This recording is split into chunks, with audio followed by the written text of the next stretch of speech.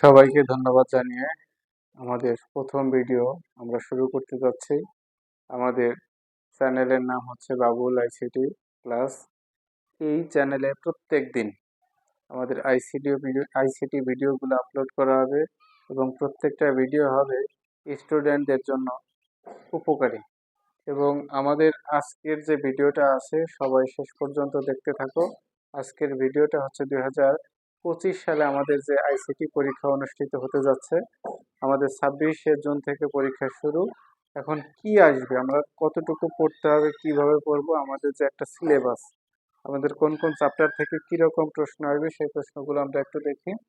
যেমন দেখো, প্রথম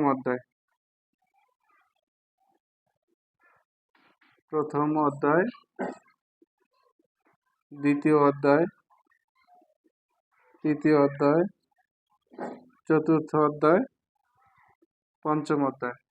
সবাই একটু মনোযোগ সহকারে দেখো যে আসলে কোনটা থেকে কিরকম আসবে। যেমন দেখো, প্রথম আর দ্বিতীয় এই দুইটা থেকে আমাদের প্রশ্ন আসবে, প্রশ্ন লিখতে হবে।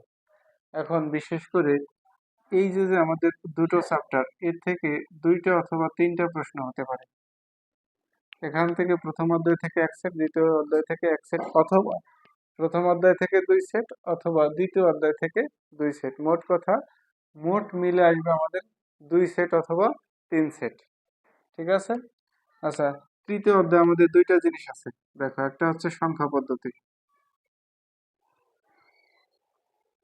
এই সংখ্যা পদ্ধতি আর একটা হচ্ছে আমাদের গেট, লজিক গেট। এখন সংখ্যা পদ্ধতি থেকে আমাদের একটা প্রশ্ন আসবে, আর গেট থেকে আমাদের আসবে একটা। তৃতীয় অধ্যায় থেকে আসতেছে দুটো, এই দুটো কিন্তু কনফার্ম। আর চতুর্থ অধ্যায় আছে আমাদের এইচটিএমএল। চতুর্থ অধ্যায় এইচটিএমএল, আর পঞ্চম অধ্যায় আছে প্রোগ্রামিং। পঞ্চম অধ্যায় আছে প্রোগ্রামিং। এখন এই প্রোগ্রামিং আর এইচটিএমএল এইটা থেকে একটা অথবা দুটো, এটা থেকে একটা অথবা দুটো, এরকম কিন্তু প্রশ্ন আসবে। যে হয় এইচটিএমএল থেকে একটাও আসতে পারে, দুটোও আসতে পারে, আর প্রোগ্রামিং থেকে একটা অথবা দুটো। আমাদের সংখ্যা পদ্ধতির একটা কনফার্ম, এখানে দুইটা আসবে না। গেট থেকে একটা আসবে, ঠিক আছে, এখানেও দুটো আসবে না। কিন্তু এই দুটো থেকে আমাদের হয় এইচটিএমএল থেকে দুটো আসবে অথবা প্রোগ্রামিং থেকে দুটো। কনফার্ম একটা একটা থাকতেছে। আমরা এখান থেকে ধরি তিনটা কোশ্চেন আসবে আমাদের। এখান থেকে আসবে কয়টা? তিনটা। তাহলে তিনটা যদি হয় এখানে, আর গেটে একটা, সংখ্যা পদ্ধতি একটা, মোট হচ্ছে কয়টা? পাঁচটা।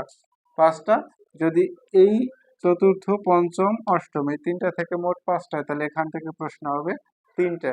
কারণ আমাদের মোট প্রশ্ন আসবে আটটি। আগে এইটুকু ক্লিয়ার বুঝে, মোট কয়টা প্রশ্ন আসবে? আটটি। তৃতীয় অধ্যায় থেকে থাকবে দুটো, এইচটিএমএল থেকে একটা অথবা দুটো, প্রোগ্রামিং থেকে একটা অথবা দুটো। যদি এইচটিএমএল থেকে একটা আসে তাহলে প্রোগ্রামিং আসবে দুটো, আর প্রোগ্রামিং থেকে যদি একটা আসে এইচটিএমএল আসবে কয়টা? দুইটা। সেই ক্ষেত্রে 3, 4, 5, আর এখান থেকে আসবে তিনটা, মোট হচ্ছে আটটা। ধন্যবাদ সবাইকে।